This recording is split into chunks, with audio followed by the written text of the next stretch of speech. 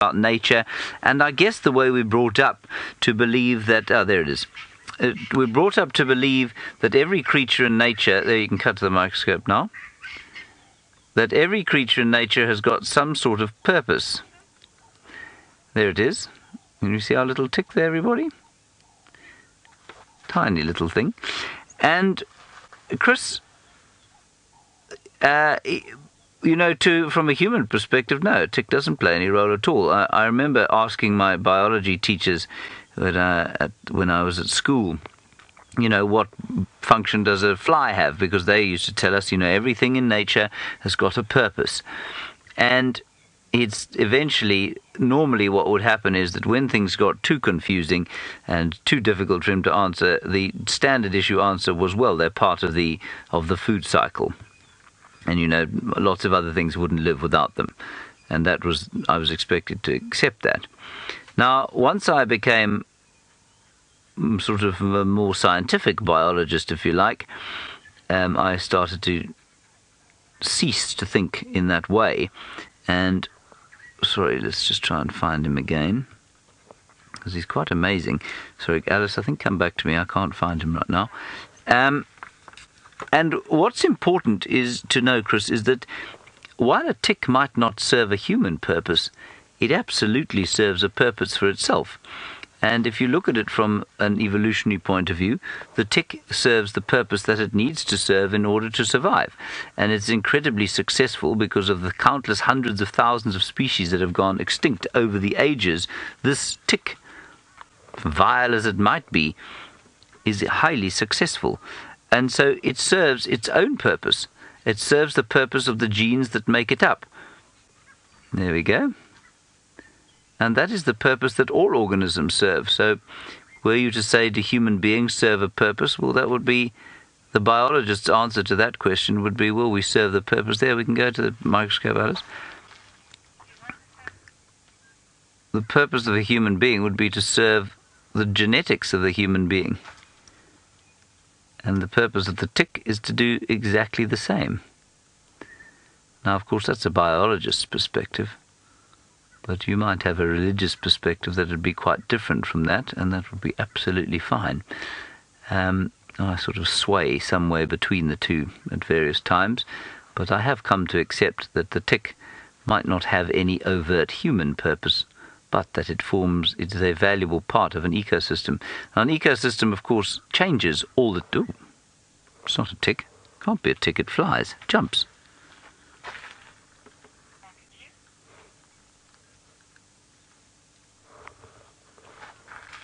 Where do you think it went, Senzo? To your hand. To my hand. It's okay. I'm sure I'll be fine. So what I was saying there is that, every piece of an ecosystem is valuable, and you'll hear that too, especially in young biology classes, and that's often where people's formal biological training ends. And, every piece of nature has a purpose that keeps things in balance. There's no such thing as balance in nature, of course. It's a constantly in flux. It's a constant sort of what you might call dynamic equilibrium, but everything is changing all the time. So if you remove the ticks from an ecosystem, it will almost certainly have catastrophic consequences for thousands of different species, all the way from the grasses, because ticks, of course, affect the mammal numbers. Mammal numbers affect grass numbers. So were you to remove the ticks from an environment, well, yes, it would have a catastrophic effect. Would that necessarily be a negative effect? Well, it depends entirely on your perspective. So it will be a negative effect it might create ecosystem collapse. But from the ashes of a collapsed ecosystem, another one will will rise up, totally different from the one that was before. I think it's quite a lovely discussion to have, and it all stems from, does this animal have a purpose in nature? Tayla has managed to find further tracks. This time I'm going to guess from what I'm looking at, I think she's looking at Shongile's tracks. You are correct, James. They are indeed Madame Shongile's tracks, or we can only hope that they're hers. Otherwise, there's another female lurking around. And there's rumours going on that there have been many tracks of 2 male leopards as well as 1 female. And I can confirm those tracks. One of the males definitely looks a little bit smaller, or the tracks look a little bit smaller than the others.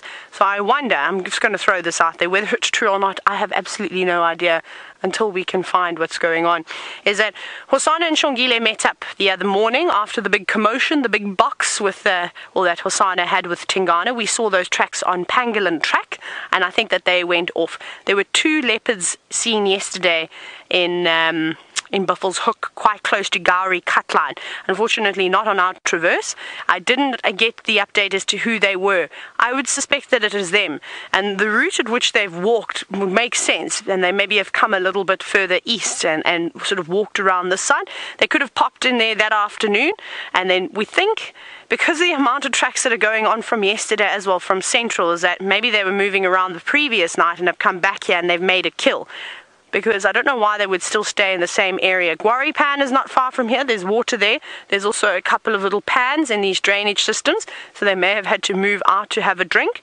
Tingana was also heard. I can only imagine it was him that Sebastian heard soaring last night, coming from sort of towards Philemon's Cutline side. That's one of his routes, and then maybe he picked up on the scent of Hosana and Shongile and was having a little look around for them again. So we don't really know what's going on, but that seems to be the case. Hosana and Shongile will not be following Tingana around for fun. Hosana now knows that he's not welcome in this area, and he will have to tiptoe through here. Now, I think we're going to be up for some excitement again, because guess who's back on Torchwood? Quarantine on a kill. I'm not sure what he's killed, probably an impala. And we know that a few weeks ago, Tingana came in to reclaim his territory on Torchwood because Quarantine had been moving in to that area, and he'd been spending a little bit of time on the property, and he got a bit too comfortable and got sorted out. Remember when we saw him in the morning with a cut underneath his eye when he was up in a marula tree? It was a few weeks ago. I think Tingana is going to get very upset again that all these boys are just not listening to him and continuously keep doing whatever they want. So we'll see how tolerant he is. But there's loads of tracks here. I mean, I'll just show you very quickly. Here's a male track. Show you the size difference. Of course, if you look here, that's a very, very big footprint. Not quite the size of my hand. Nowhere, a big lion track is almost only the size of my hand, but really, really quite big. And you can compare them very nicely to, of course, Shongile's tracks over here. Very dainty, small tracks. The lobes much closer together. It almost looks like the track has been completely compressed. And of course, that's it because females are much smaller than the boys. So this is very interesting. Very interesting indeed as to what actually is going on. Now, Sarah, you're wondering if it's normal for the royal cubs to still be together, or is it just because of Karula's absence? Yes, it is normal. They haven't quite reached the age where they would have separated if they were still with Karula. It would have been a few months' time where you may have seen Shongile sort of start spending less and less time with the family. Hosana probably would have stayed a little bit longer and relied on his mom bringing down impalas for him. Can you imagine the size that Hosana would be if he was still being fed almost every single day by his mother, because Karula was an exceptional huntress. And so no, I don't think so. I've still got a bit of time. They're only about 15, 16 months old now, so they're still relatively young. Typically the age that a male will leave its mom is normally around 20 months, around there, maybe a little bit longer, 22 months, 24 months, pushing it to 2 years. And females will leave just sort of slightly less. But I never saw Karula raise any other cubs before, so every leopard is slightly different. Some get rid of their youngsters earlier than others, some hold on to them a bit longer, and from what I've heard, Karula likes to keep her sons by her side for as long as she can, which is quite interesting as well. Really nice to know. I think she realizes that her boys need an extra helping hand in life, whereas the girls seem to be well capable at catching all sorts of things and are able to fend for themselves. But we don't know, of course, what's happened to Karula, so we can't really speculate. We don't know if she's still alive. We don't know if something unfortunately got her, which is also a possibility. So we'll just have to wait and see until we find concrete evidence. Byron is still tracking, and I hope that he managed to find something, because he really has put in a big effort.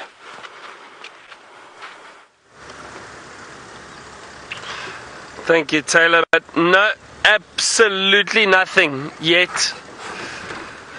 It's a bit frustrating sometimes, but that is the way it goes. We know that. I mean, these animals are not just going to lay out in the open for us every time. There goes a squirrel. Just sitting off. There it goes. Oh, quick little squirrel, tree squirrel.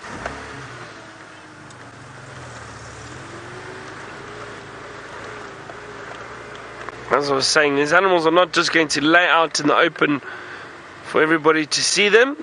You do have to look very, very carefully and try very hard. I'm just absolutely confused as to where those leopards went. I wonder if they haven't gone down into one of the drainage lines, perhaps back in this area directly behind us, because there was a lot of tracks around there. I don't know. Kate, age 7. Hello, Kate. You asked, can leopards swim? Well, Kate, I believe they can, yes. They don't necessarily like to swim, but they can if they want to. Now, I've tracked a male leopard before right down to the river, and the tracks went straight to the river and then disappeared completely. And we found him that afternoon. We actually found him on the other side of the river. So he definitely crossed by swimming. There was no other way for him to get across. There weren't trees pushed over or anything that he could climb across. So I've definitely seen a spot where a leopard has crossed and had to swim across a river. They can swim, but they choose not to. Like the lions can also swim, but generally they also choose not to go into the water. In parts of Botswana, though, you'll find those predators swimming more regularly, because there are sections in the floodplains when those lions, lions and leopards possibly have to get through areas, and because of those floodplains, they need to cross through water and wade through the water, or sometimes swim. So they do indeed do that. Cut out very neatly and then folded over, and underneath that there is some silk. Now let's have a look at this under the microscope. And we found another friend here. It was the same friend that I'd shown you earlier. There it is. Right, so you can see the little insect there, or the little arachnid, that little mite or tick. That is the same thing that we were looking at earlier, as far as I can tell. And I don't know if it's the same one that managed to hop onto this leaf, or if it came out of the little home that is to the bottom left-hand side of your screen.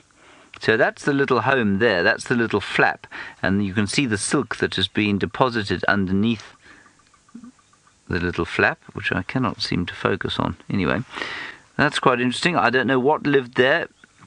It could have been this funny little thing here. Oh, there are 2 of them now. The breeding herd. I'll just try and count the legs there. I think there are 8. There are 8 legs there, I'm sure. I'm sure that's a mite or a tick. I think these are 2 species as well. One is black and one is white. This one's male and one's female. Goodness gracious, who would try and tell that? Let's follow this chap. Good morning. What are you doing? What is your purpose? Do you serve a purpose other than to further the genetic legacy with which you were born? I think not. How fantastic is that? Look at it trying to get over the hairs on this leaf, struggling its way across all half an inch of this leaf. And again, so small you would hardly see that with your naked eye. Now, you can also get a perspective of how small it is by the way that it's so difficult to maintain focus, because the lens is so very close to the animal. Donald, you have a question about whether the ticks burrow into us. Is that correct? Yes. The ticks don't burrow into you, no. They bite you, suck out your blood, and then drop off onto the ground. So they don't burrow into you. You will sometimes find the head of a tick. That first tick that I showed you, you will sometimes find the head left in your body. I'm not sure how that happens, except that maybe it gets its head stuck in there, and then, of course, you scratch viciously, and the head comes off. inside your body, and it can be a little disconcerting to find a tick head in your being, but often it just feels and looks like a scab that won't come out of the wound, and that is the tick's head. And it is in such a wound, of course, that you will normally develop the infection that is tick bite fever, whereupon you will have to take even more sleep than normal. I think this chap is fantastic. There are squirrels and birds alarm calling outside the tent. I've given up trying to look for leopards there, though. I just don't believe they're ever going to come and see me here. Beautiful shot. Okay. Alright, I think we'll probably leave him to walk around on this rather trying time. Apparently we're having trouble with a few of our pictures, and so it's difficult. You're going to have to just stay on the microscope. Okay, let's come back to me now. Now, let's see if we can spot this thing without the aid of the microscope, and I'll just give you an idea of how minute it is. It's there. There is a line. You can see that vein. Can you see the vein there? You can just see the... I think it's dropped onto my hand. Anyway, it was so small that it was almost invisible to the naked eye. And you can imagine how difficult it must have been crawling up and down on this leaf, with all those hairs there being so very small, and it looks like a completely smooth surface. And I'm always amazed, you know, when you talk about a smooth surface, apparently a billiard ball, you know what a billiard ball is, or a pool ball, or a snooker ball, which we all think of as being very smooth, they are at the same, if you were to blow one up to the scale of the earth, say the size of the earth, now I don't know whether this is true, and maybe one of you can confirm it or not, but apparently a billiard ball blown up to the scale of the earth would have peaks higher than Mount Everest and troughs lower than the Marianas Trench. In other words, the earth is a particularly smooth ball, so it just depends on your perspective. And this leaf, smooth to us, a dreadful trial for a tiny little mite or tick. Let's head across to Tayla and hope that she's not having to slap ticks off her legs, and let's also hope that her My Little Pony tail is not filled with any form of mite or lice. James, I have to tell you, I have once found a tick on my hair and I almost had a nervous breakdown. I was about to shave my head off. Luckily, I managed to get it out. It must have been when I brushed underneath a tree, and my long ponytail, of course, captured a tick. But that's not all that we found. We were still hot on the trail of these leopard tracks. I reckon if we were driving in this area first thing when the safari started, we would have found all of these leopards. These tracks are so fresh. This female leopard came past here. She's scent marked. You can come and look just over here on the leaves, particularly this one. You can see that she's scent marked over there. So that is urine, leopard urine. So Herbie's just up in front hoping that we're going to find it in the last little bit of the day. And it's quite sticky as well compared to dew on the leaf, which you can see there's quite a bit of dew down here on these leaves. You can see how it's formed little droplets, whereas that spray, it's just slightly different. And when you touch it, the texture is a little bit different too. But that's not all that's here. I've actually found some life for you. Can you believe it? Look, on the underside of this peltiforum is a newly hatched butterfly, a little acria. You can just see the chrysalis, and you can see how it has probably only just come out not so long ago, and its wings are still very, very floppy, and the spot that it is sitting in is not actually a good spot because there's no sun shining on it, and that's what it needs now. It needs the heat, it needs the sunlight to dry those wings so that it can take its first flight. I'm so surprised that we're still seeing all of the caterpillars, like I said, with that one that had the most gorgeous face. But this one won't live for too long, probably a couple of weeks. Just be feeding on nectar, energy from the plants, and then it will, well, probably end up dying very sadly. Look at that, how soft its wings are still. That's incredible. And that would have been amazing to actually sit and watch a butterfly hatching out of its chrysalis or out of its cocoon. That's something that I'd love to see, the start to finish process. And I suppose you are able to do that even just at home if you manage to find one on your plant, and you can well watch it. Let's keep going.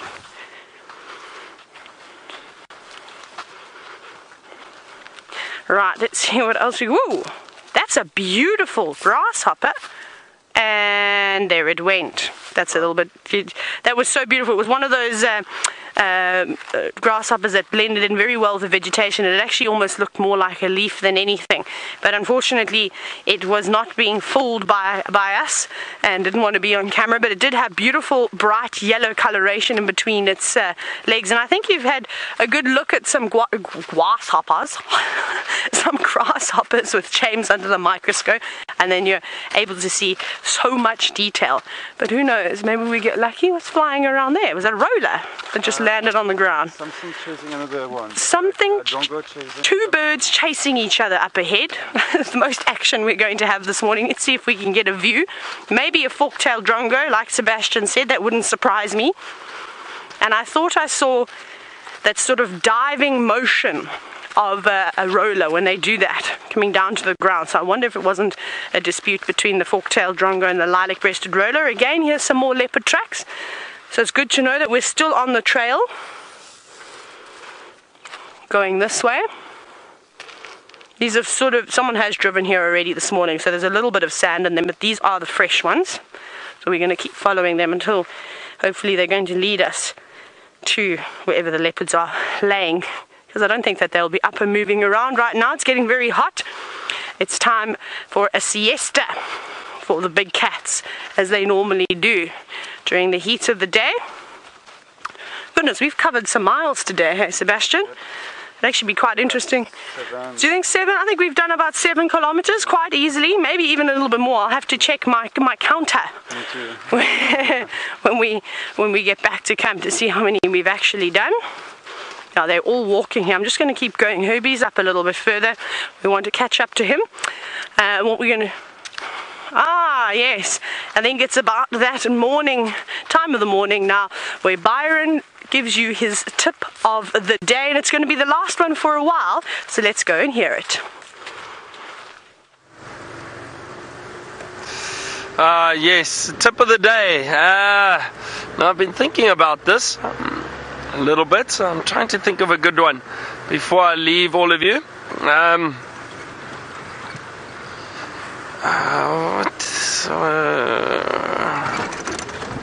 Trying to think. I think one tip just when it comes to planning safaris, if you are planning or looking to go on safari, you need to look at least a year in advance, because a lot of these places, just about all the lodges, fill up very, very quickly. So you need to look at least a year in advance if you want to start planning and saving and getting into the right areas. And also selecting, I think, the best time of year for you. I think, you know, it's always wonderful in the bush. It is always wonderful, but you do have certain seasons that are maybe a little bit better. August, September is very popular. The temperature's great. The bush is a little bit more open. Maybe a bit easier to find some of the animals. I think all those factors come into it when planning a trip down to Africa, and also it depends on the areas that you're going to. I mean, like this part of South Africa is very good that time of year, but if you're going to Botswana and in those areas, it's very different. So each area, each country's got different seasons that are best for safari. So plan that carefully if you are looking to go on a safari. What is it? No, I thought I saw a bird of prey. And then again, just like I think with this morning, you know, and I've mentioned it a few times before, but when you are tracking or looking for animals, don't be concerned if you don't find anything, because things happen. Hello, little Kudu.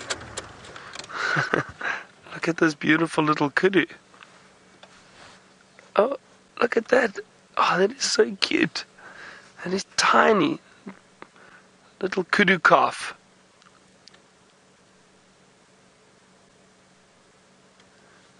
You might see it come through the little gap there. There it goes. Just walking through there. Lovely. Let me...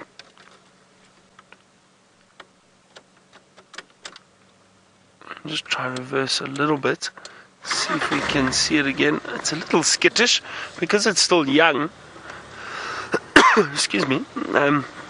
There's the whole family here. Look here. Well, the females rather, no males. Look at those beautiful big ears. They seem quite relaxed. That's very nice. Look at that. Lovely.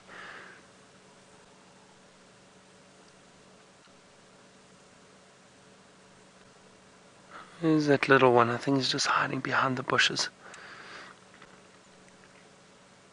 A nice group of females. There's 1, 2, 3, 4, 5 of them that I can count, and that youngster. So a very nice little group of kudu.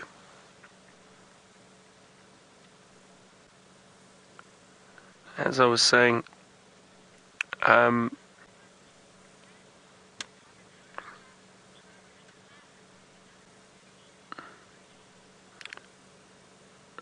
Ruti, you asked if the current grasses are taller and harder for the animals to eat. So some of the very tall grass is not that palatable. Now, we refer to palatability. Basically, it's just the nutrients that the grasses contain, and if it's good grazing or not, if it's good for the animals. Just hang on, there's that little one sticking its head around. There it is. Look at that. Oh, that is so cute. Very curious.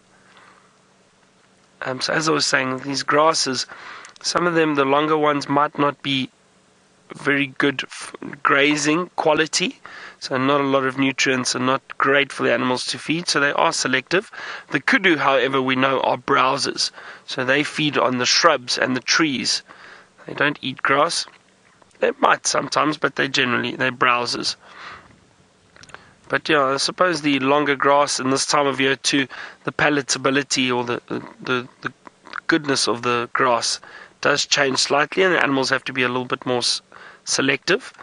But certain times of the year, in summer after all the rain, all the grass and all the food is actually quite good.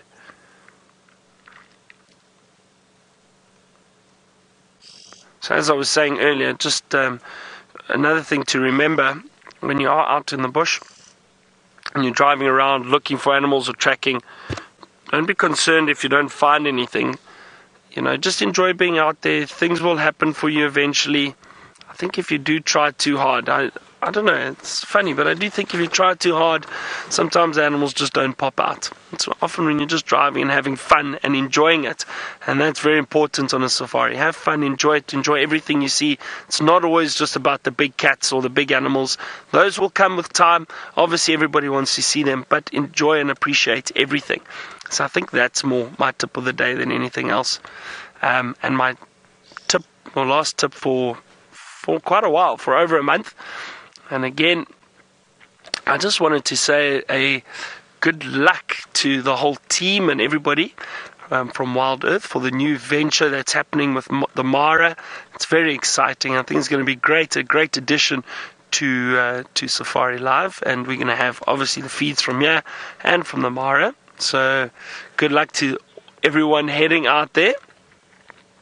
But now, all of this seems to be quite a lot to handle for some of the crew, and it sounds like it's a lot for James to handle, so he's just decided to lie down for a while. Yes, I am lying down, everybody. I've sort of become quite filled with a sense of, I nearly said solemnity, but that's not right, soporificity. The sound of everything here is just wonderful. It's all the grasshoppers talking to each other. So I've taken the microphone out of my hat and I'm going to insert it into the grass, and I want you to tell me what you can hear.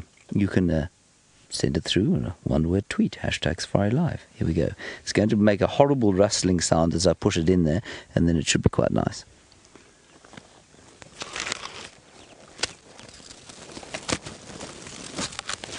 Let's see if we can hear anything. I'm not touching it now. I'm going to be quiet for 20 seconds.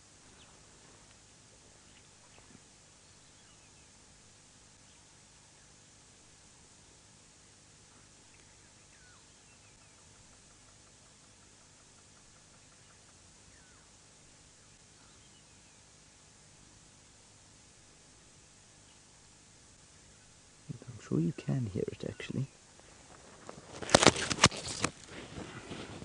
So I could see the little gauge on this microphone pack going up and down. And did you hear that little...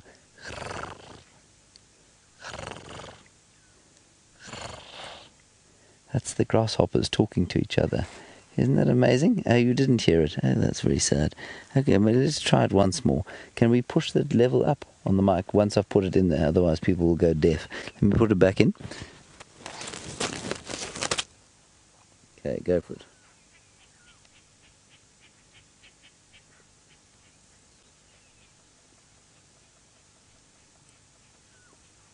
I can see the microphone pack's little indicator showing some sound. I'll be quiet for another 20 seconds.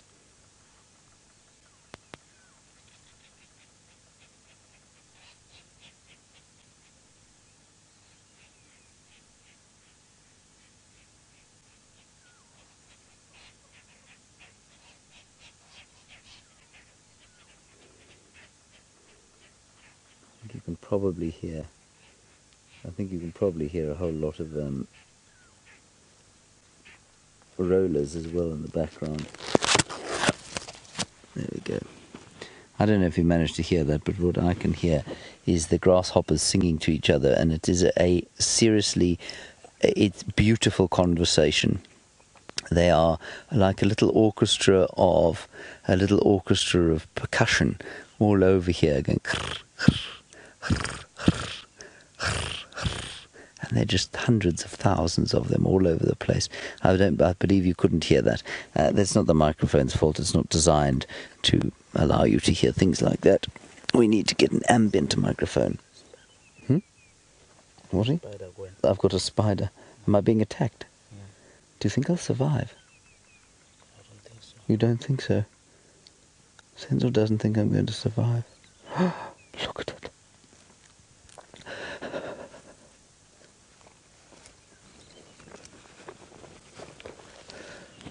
There's the spider. It's on my leg. I don't know what kind of spider it is, but it is in full attack mode. You can see it has lifted its pedipalps up, and although it is only about 2 millimeters long, I feel almost certain that my day is up. Let's find out from the spider. Spider, are you going to kill me?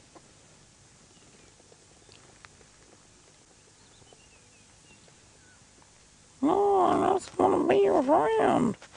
Oh, it says it just wants to be my friend. That's encouraging. Phew. We'll be okay. I'm sorry, everybody. Sometimes when you have a lack of animals in the wilderness, you must behave like a total clown show. I'm going to put this back into my hat, and while I do that, Tayla apparently has the smell of Amanda's cooking in her nostrils. I'm a bit far away from home to, of course, smell breakfast, unless Louise is bringing a snack pack with her, because she's going to come and pick us up. We are very far away from home. Now, unfortunately, the critters in the bush today have been a little bit on the thin side. There don't seem to be many, but I found another little caterpillar for us to look at. And we have seen this one before. It is the same one. It is a miniature version of the one with the beautiful big smile and eyes that we saw earlier. It's the same kind of caterpillar. So that's actually quite interesting. I've found one on the Peltiforum, the African wattle, and now we've also found one on a large fruited bush willow.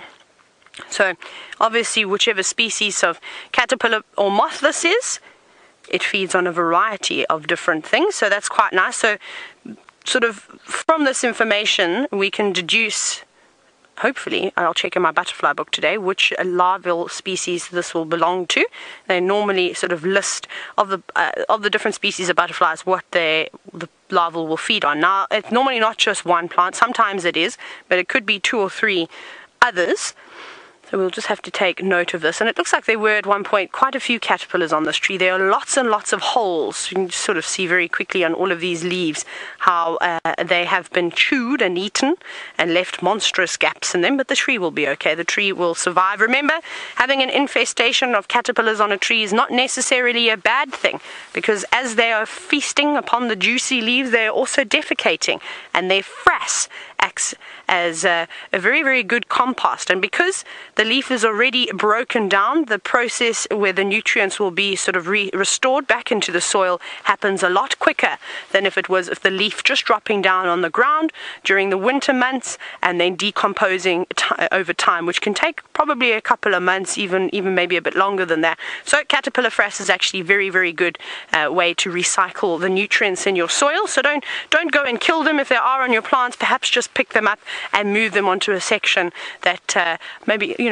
everyone normally has flowers on display. So I can imagine you wouldn't want your roses to be completely devoured, but perhaps if you've got a rose garden at the back and not everybody's going to see all the time, you'd allow them to eat that tree. But let's see what else we've got. Let's see if we can find some more of those caterpillars. Oh, here's a cocoon.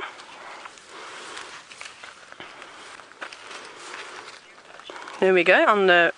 Now this would most likely be from, of course, the same species of caterpillar we've just saw. Now, I'm wondering if it's not an acria then that those hairy caterpillars are turning into, because that's just too much of a coincidence, isn't it? We've just seen an acria butterfly with a similar cocoon, and that was on the African wattle.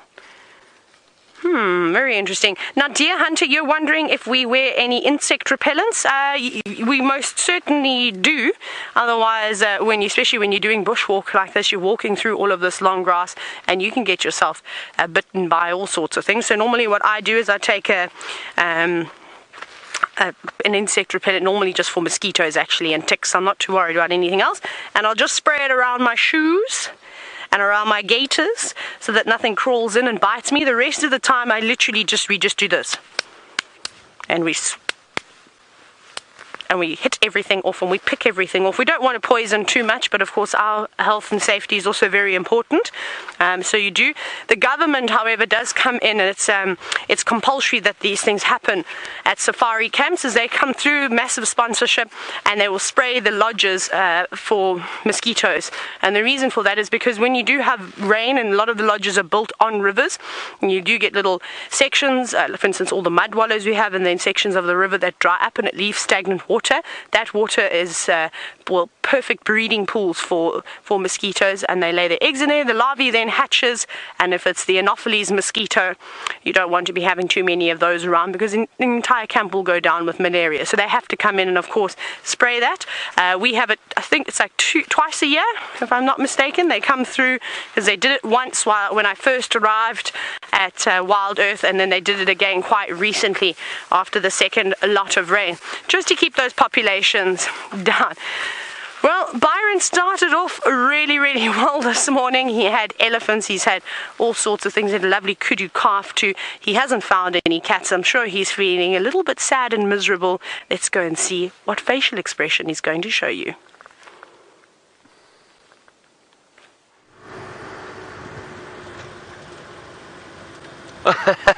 It's my semi not excited facial expression. No, it's not a problem. We've had wonderful sightings over the last while since I've been here, so I'm not too phased, and I'm sure everyone's luck will improve shortly. The animals will pop out again, all the predators, and that's all. Now, someone asked what's my best or worst breakdown story in the bush. So I've got two quick ones. The one was I was following wild dog. It was my first year of guiding, following wild dog, and we were driving through some long grass, but I was driving super slow trying to follow them because I was obviously a bit nervous and new. And in the long grass there was a big stump, and the vehicle just gently nudged the stump, but it lifted the vehicle up, and I came down and broke the steering rod. So I couldn't turn the vehicle anymore, and we had to basically get the vehicle out and drive back to camp, but we could only turn left. So I had to plan my route just turning left the whole way back to camp. So that wasn't very fun. And then the other one, just a funny one, was we were driving, and I've been very fortunate. I haven't got too many punctures in the bush. But we drove across this little section, rocky section. We're going into a leopard sighting, and the side wall of the tire burst. And the leopard must have been about from here to that tree away, that first one over there, just back there. And so I had to then try reverse the vehicle out and keep all the guests on the vehicle and change the tire quickly while the leopard wasn't too far away. So those are two interesting breakdown stories. I haven't had too many, fortunately, but quite funny nonetheless.